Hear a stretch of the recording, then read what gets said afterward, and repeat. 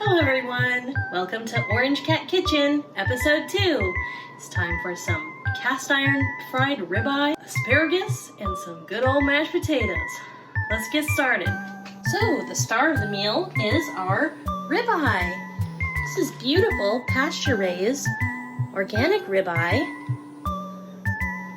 I asked my butcher to cut a big thick piece in half for me. I think this amount of meat is perfect for pan frying, since I don't have a grill. And what we're going to be using today is a cast iron. I'll show you guys that in a minute. Our mashed potatoes. We're going to use russets. I like some organic russets. We're going to take the skin off these. Also, we're going to use some garlic paste, butter. This one's our seasoning butter, the Irish. And this is just a normal butter for the mashed potatoes. We're also going to be using our kosher salt, ground pepper, heavy cream for the mashed taters, chicken stock for our asparagus. Oh, by the way, our asparagus, rosemary, negi, or this is a Japanese green onion. You can just use chives or green onions. And I have 2 different cheeses I'm going to feature. One, Boschetto, which is a sheep's milk and cow's milk mixed together with black and white truffle. And here, some manchego, just a yummy sheep's cheese. Let's get started processing our ingredients. The most important one, and the most annoying one, is peeling our potatoes. So let's get started.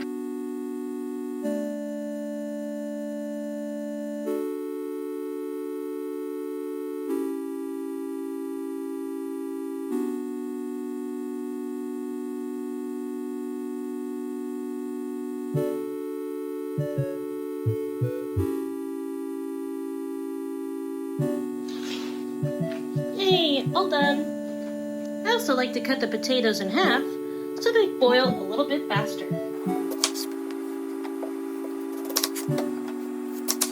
Next, let's cut our asparagus.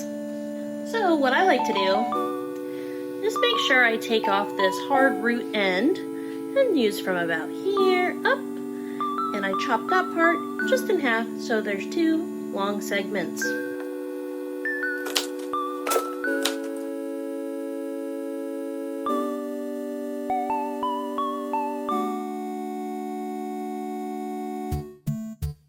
Oh, let's process this negi. I've already slightly processed this one to show you a nice pretty example, but what I'm going to do is show you how you can process an older looking one and make it look more like this. This guy's been chilling in my fridge for a few days now. He's not that happy. You can see he's all wilted, not looking too good. But if you feel it's really rather firm inside, well, that's because we can just get right in there and you end up peeling off these top few layers like so. Ooh, and if you can see that on the screen, there's a nice baby growth, fresh, of green onion inside. So you just peel it off kind of like a banana. Boop. We've got the root on the bottom, our fresh new growth inside, and this green part of the green onion, I like to just say goodbye. It's pretty chewy when it's that old. But here we go, a nice little fresh green onion. Perfect for mashed potatoes. Let's just cut off the root. And cut it into little slivers.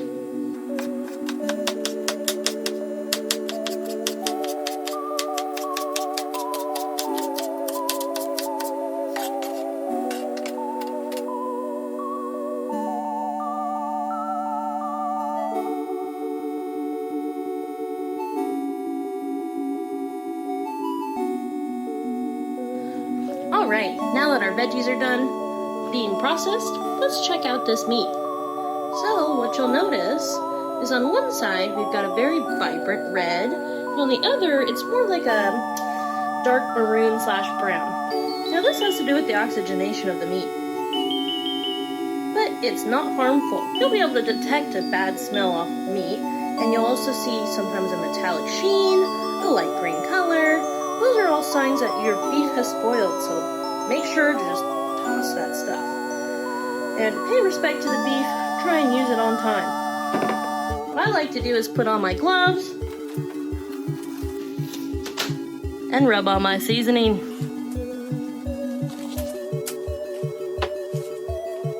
Now what we're seasoning the steaks with today is my oh so lovely garlic paste from a tube.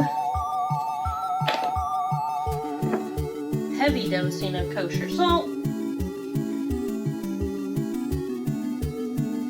It almost acts as kind of a crusty crust. And our pepper.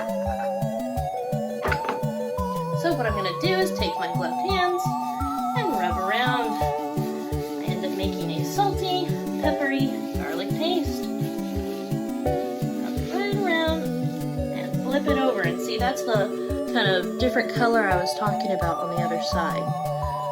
Kind of a maroonish brown. But, like I said, not harmful, completely edible, and very delicious.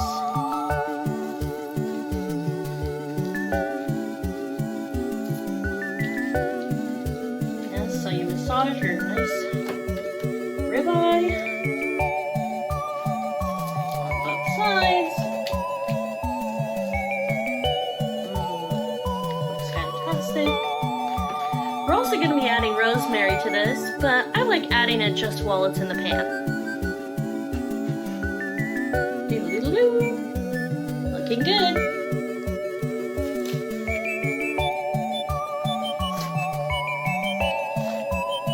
Trick on how you take these gloves off so you don't get your hands all nasty. Alright, let's review what instruments we're going to be using today. Cast iron pan is our most important thing. I use a large one. Lots of people talk about seasoning their pans, but that just comes in time. At first, you're just not going to have a well-seasoned pan. The most important tip is that you don't clean it with harsh dish soap. You're going to be using just hot water and a scrub pad that doesn't have soap on it. That is how you lock the seasoning in, yet clean off the debris. Our other tools is a large stock pot. We're going to have water in for our mashed potatoes. We've got to let our potatoes boil for about 15 minutes. This is my wok style pan. It's not too expensive. This is just a cheap guy, so you can find that. I found that at Mitsuwa, a Japanese store. You'll need a small saucepan to heat up your heavy cream and butter for the mashed potatoes. Oh, this is a hack. Check this guy out. This is called a splatter screen. This is excellent when you're doing high-fat content foods in something so hot. It's going to splatter and splash. It's dangerous. So you're going to want to use this guy. It contains all the splatter, like it's called, and it's really easy to clean. I just throw this guy in the dishwasher. Easy. So highly recommend investing in one of these guys. Not expensive at all. Maybe like $10. So it'll save your area from getting greasy and getting splatters on your skin or your eyes. I went to the emergency room one time because I got oil splatter in my eye. I don't recommend it. This is way better. What we're gonna mash our potatoes with. I personally got lucky and got a stand mixer. Mashes your potatoes, makes your cookies, cakes, whatever you need, even bread. If you don't have one, hand mixer works really good. Hand mixing, like with a spoon, is a lot longer. It doesn't seem to get it to the right texture that I like. So let's get started on our meal. First things first, mashed potatoes. So what I do is take water in our stock pot, add our potatoes, bring it to a boil. I let that sucker boil for about 15 minutes. Then the potatoes should be easily poked through with a fork. Let's pre-measure out our heavy cream and butter. So, you'll probably want that whole half a cup stick.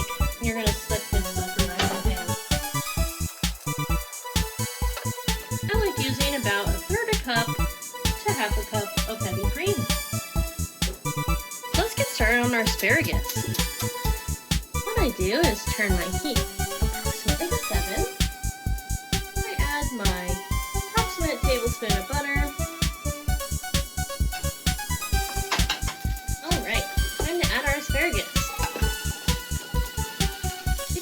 asparagus is rather thick, it'll take quite a few minutes to cook it.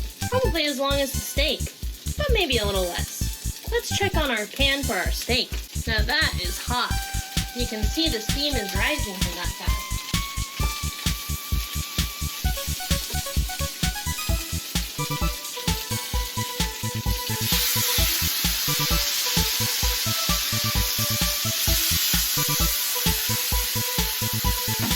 Okay, so what we're gonna do is just let this steak get super hot and crispy on one side. That'll take a few minutes. Don't touch it in the meantime. Don't scoot it around the pan. Just let it sit where it got sat.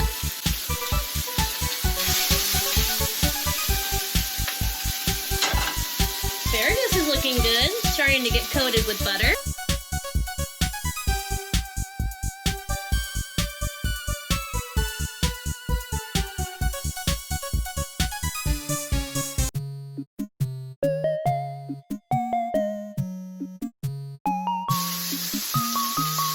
So adding our kosher salt and a sprinkle of black pepper. Alright, now is a good time to add our splatter screen.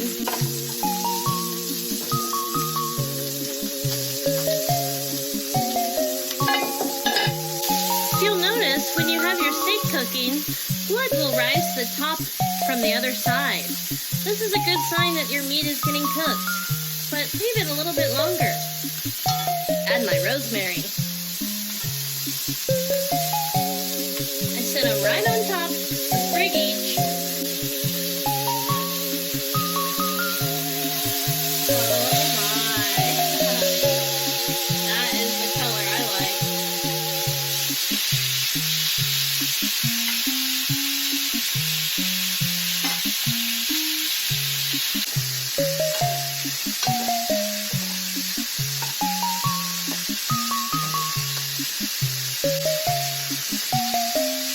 The smell of rosemary is really coming in.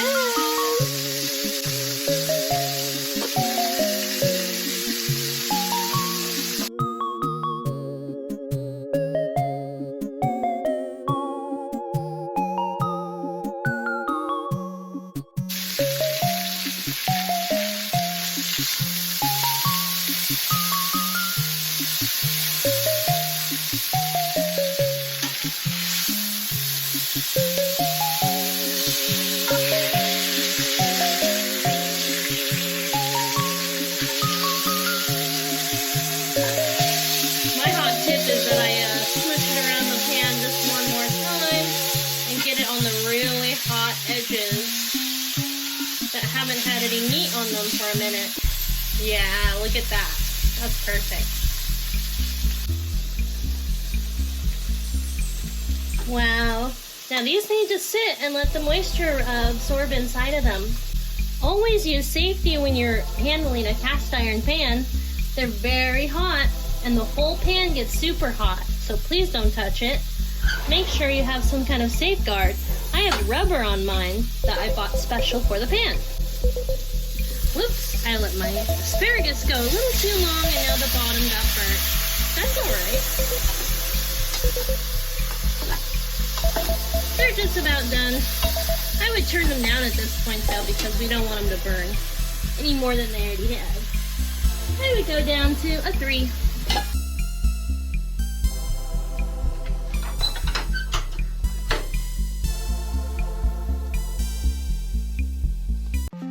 Alright guys, so our potatoes are done boiling. I just poked a fork through them and they fell right apart. So what we can do is turn off the heat and take those potatoes and put it in what we're going to mash them up in.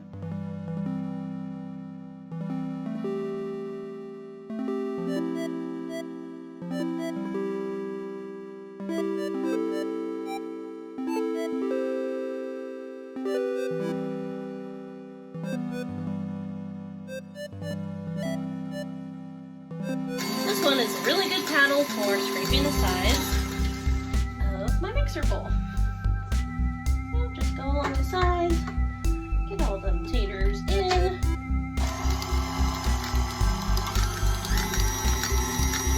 They're going to be little bits like I said, and turn it down to just stir. I'm I'm going to be taking this liquid, which is butter and heavy cream, adding it to the stand mixer while it's going. And so it'll whip up the heavy cream, making kind of whipped cream mashed potatoes. So delicious.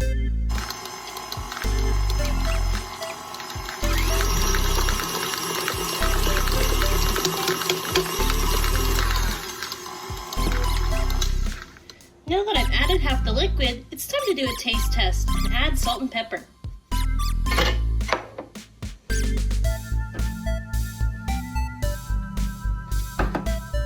Could use a little bit more butter and heavy cream.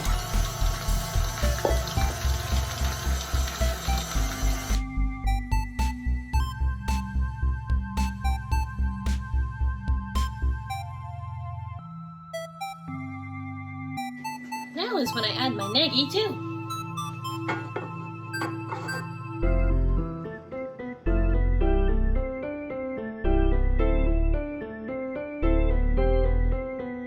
Alright, it's time to assemble our meal.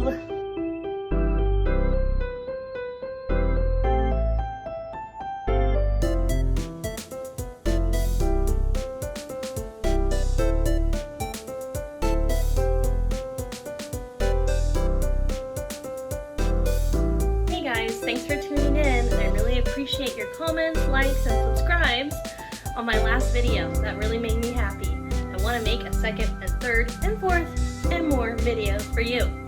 So I hope you enjoyed this pan-fried ribeye steak, asparagus, and mashed potatoes.